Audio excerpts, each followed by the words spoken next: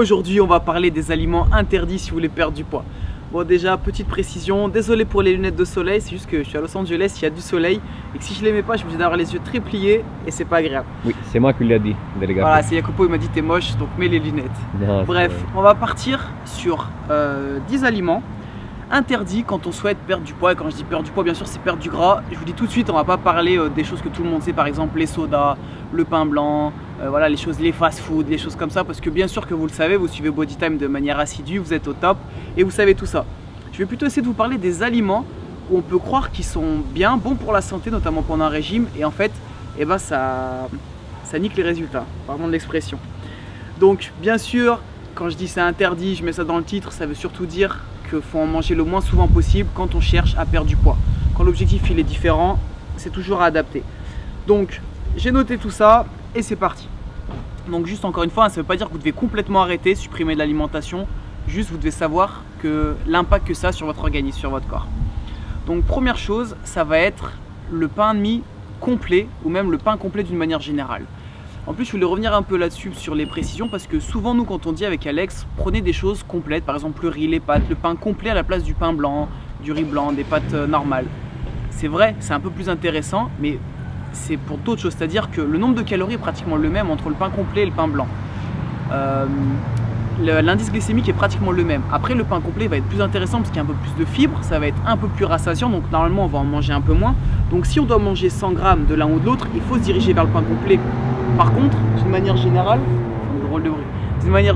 il faut quand même éviter le plus possible de manger du pain. Ça reste quelque chose qui reste calorique et avec un indice glycémique assez haut. Donc voilà, ne croyez pas par exemple que si vous mangez du pain de mie complet au petit déjeuner, ce soit très bon pour la santé et très bon dans un objectif de perte de poids. Il fait vraiment chaud aujourd'hui, c'est de la frappe. Hein. Donc voilà, toujours pareil, vous pouvez en manger de temps en temps, mais il ne faut pas croire que c'est un aliment qui vous aide en cas de régime. Ensuite, deuxième chose, c'est un peu le même principe, ça va être les jus de fruits et les smoothies. Pourquoi? Parce que les gens ils partent du principe que parce que c'est des fruits, c'est bon pour la santé. Non, parce que le problème c'est que c'est très calorique. Pour faire un jus de fruits, il faut par exemple 5 à 6 oranges pour faire un jus d'orange. Donc imaginez si vous aviez mangé 5 ou 6 oranges, ça fait quand même beaucoup de calories, beaucoup de sucre. Et sauf que là en plus vous n'avez pas les fibres, donc vous n'avez pas l'effet rassasiant. Donc tout ce qui est jus de fruits, smoothie, quand l'objectif c'est de perdre du gras, c'est vraiment pas une bonne solution.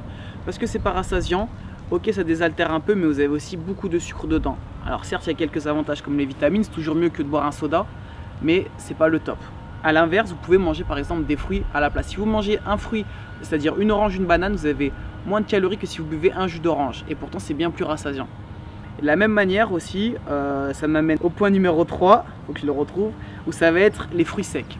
C'est la même chose, les fruits secs, il y a un intérêt, ça conserve quelques vitamines, tout ça, mais c'est beaucoup plus calorique que des fruits normaux. 100 g de fruits secs, ça va représenter 70 à 75 g de sucre. Vous imaginez, il reste pratiquement plus le sucre, bien sûr, parce qu'il n'y a plus l'eau, tout ça. Donc si vous voulez le même effet rassasiant que 100 g de fruits normaux, de fruits frais, vous allez manger beaucoup plus de calories. Donc tout ce qui est fruits secs, ça peut être intéressant, mais c'est vraiment à comprendre l'idée que ça reste très calorique et que du coup, quand on veut perdre du poids, c'est pas la meilleure solution. Tout ce que je dis là, c'est dans un objectif de perte de poids, d'éliminer du gras, parce que comme je dis, il y a d'autres avantages. C'est la même chose que les oléagineuses. Je suis désolé, je déteste ce mot, j'arrive pas à le prononcer correctement, mais tout ce qui va être amandes, noix, tout ça, c'est intéressant pour la santé. Ok, c'est des acides gras saturés, vous pouvez en manger. Nous par exemple dans Beauty Time, on leur dit d'en manger 5, 6 le matin si elles prennent pas d'oméga 3 par exemple. Mais ça reste aussi très calorique. Et une personne qui pense que parce que les amandes ou les noix c'est bon pour la santé, elle mange 200 grammes, c'est énorme. C'est pratiquement que du gras, ça représente énormément de calories. Donc quand on veut perdre du poids, il faut savoir ce qui est bon pour la santé, mais il faut aussi quand même avoir conscience du nombre de calories que ça a, de l'impact que ça aura sur votre organisme. Et si vous mangez une journée, que vous mangez 1 kg de noix, ce ne sera pas bon pour l'objectif d'une perte de poids. La même manière aussi pour les fruits, on voit souvent, on dit oui les fruits c'est bon pour la santé, les fruits ça reste quand même calorique et certains, notamment c'est un peu plus calorique que les autres comme les bananes tout ça, et si vous en mangez en grosse quantité, vraiment énormément, dans un objectif de régime, c'est pas la meilleure solution. Les légumes seront moins caloriques, donc on peut plus s'orienter sur les légumes, et même dans certaines catégories de légumes, il y en a qui sont à éviter comme la betterave, les carottes, tout ça. Bien sûr que ça reste toujours plus intéressant, comme je vous l'ai dit, que des pâtes ou quoi que ce soit, mais ça reste un peu calorique pour des légumes. Ensuite, on va passer au yaourt et au laitage. D'une manière générale, les laitages, vous savez que c'est à éviter.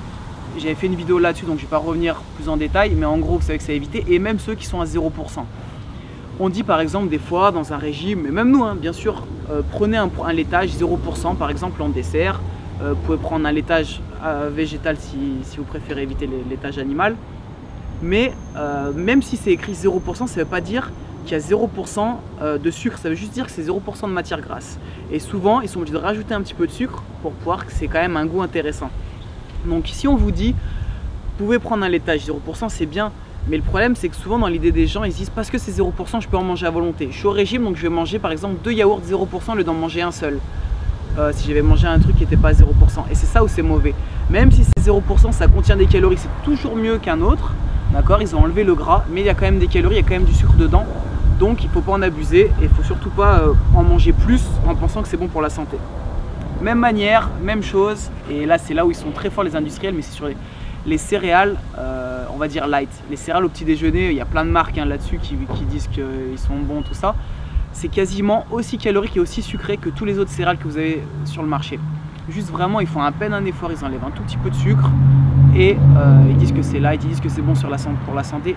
Et c'est pas du tout le cas. Et la personne qui va manger ce genre de céréales, elle va penser ok c'est bon, je peux en manger un peu plus. Et au final, elle va certainement manger plus de calories que si elle allait manger des céréales normales. Pour le petit déjeuner, je vous conseillerais plutôt par exemple des flocons d'avoine, où là d'accord, les calories vont être intéressantes et en plus ça a un effet bénéfique sur la santé. Ok, j'avoue, c'est pas super bon, mais ça vous pouvez checker des recettes. Capucine, elle a fait plusieurs recettes sur la chaîne. Par exemple, on a fait aussi avec Lucille Overnight Bowl, je crois. Non, c'est Capucine qui avait fait ça. Lucille, elle avait fait une autre recette, bref, pour le petit déj. Le bowl cake, voilà, c'est ça. Merci. Donc, merci à Lucille et Capucine. Et voilà, vous pouvez checker ces recettes et au final, ça le rend quand même assez bon. Ça fait un bon petit déjeuner. Même chose aussi. Une idée reçue qui est pas bonne, ça va être avec les galettes de riz et encore pire les galettes de maïs. Vous savez les trucs ronds là qu'on trouve, on a toujours l'impression que ça c'est bon pour la santé, c'est super calorique et voilà, et notamment les galettes de maïs, c'est un indice glycémique très très haut, donc dans l'objectif d'un régime c'est plutôt à éviter, enfin, c'est même à éviter voire à interdire. Ensuite les boissons sportives, un autre point, donc les boissons sportives, les boissons énergisantes, par exemple ce qu'on prend pendant l'entraînement, tout ça.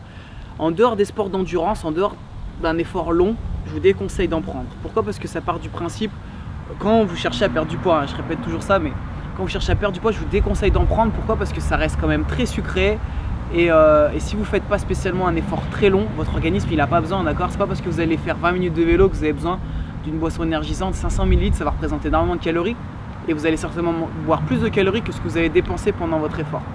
Donc c'est vraiment pas intéressant et ça c'est toujours pareil, c'est une mauvaise image qu'on a de ces boissons, ça va nous donner la pêche, on va se dépenser encore plus.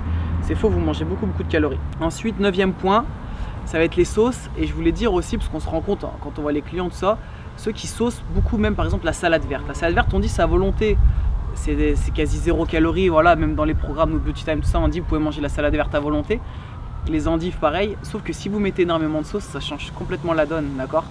Donc même des aliments sains, si vous les agrémentez d'une mauvaise manière, ça devient plus du tout sain. Donc la salade, les légumes, tout ça, si vous mettez énormément de sauce, ça devient beaucoup moins intéressant. Ce qu'on dit, c'est que vous pouvez mettre par exemple un petit peu d'huile d'olive ou d'huile de colza avec un petit peu de vinaigre balsamique avec très peu de sucre dedans. Et là, voilà, vous faites juste une sauce comme ça. La moutarde forte, extra forte si vous voulez rajouter, mais uniquement. Ensuite, 9e point, bon vous avez compris, je m'étais trompé, mais bref, on passe au 9e et ça va être les sodas light. Bon, vous savez que les sodas, c'est interdit, les sodas normaux, et les sodas light, les sodas à zéro, c'est aussi interdit.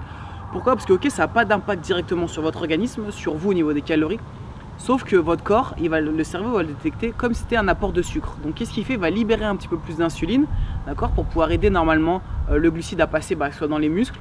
Mais s'il n'est pas utilisé, notamment si vous prenez des sodas pendant un repas, tout ça, ça va aussi faciliter la prise de gras. Donc si vous prenez un repas et que vous buvez du soda 0 calories, du soda à zéro, ça va faciliter un petit peu la transformation du repas en gras, ce qui est forcément mauvais. Et ensuite, deuxième chose en plus, c'est que j'ai pas retrouvé l'étude précise, mais j'avais lu que si vous buvez des sodas zéro, tout ça, on a tendance à manger plus, ça augmente un peu l'appétit, ça donne faim, notamment le goût sucré, tout ça, il donne faim, il ouvre l'appétit. Et généralement en plus, quand on boit quelque chose de sucré ou quoi, on a encore plus envie de manger, de manger de la merde. Donc c'est quelque chose que quand on est dans un régime, si déjà c'est dur de résister un peu aux pulsions ou quoi, si en plus on s'en rajoute, ça devient encore beaucoup plus dur. Et enfin, 10e et dernier point, c'est l'alcool. Alors j'ai fait une vidéo sur l'alcool, si vous ne l'avez pas vu, vous avez juste à cliquer sur la fiche là-haut. Je ne vais pas revenir dans les détails tout ça, mais je sais par exemple de temps en temps on dit oui, un verre de vin rouge c'est bon pour la santé, tout ça. Ça a plein d'avantages, mais les avantages que ça a, on peut les retrouver dans d'autres aliments, notamment les légumes, tout ça. Et le problème de l'alcool, c'est que le corps il doit vraiment focus pour éliminer l'alcool avant de s'occuper du reste. Donc sur un régime, c'est vraiment pas une bonne chose. Et ça va être la même chose pour les bières et même les bières zéro, tout ça, bref, tout ce que vous voulez, voilà. Ça, c'est à éviter. Vous avez compris, une bonne alimentation, on évite tous les aliments comme ça un petit peu cachés et vous allez être au top du top. Bref, j'espère que cette vidéo vous a plu. Pensez à checker les programmes sur Bodytime. Allez voir les filles, le programme Beauty Time pour être au top du top. Je vous dis à très vite et surtout d'ici là, gardez la pêche.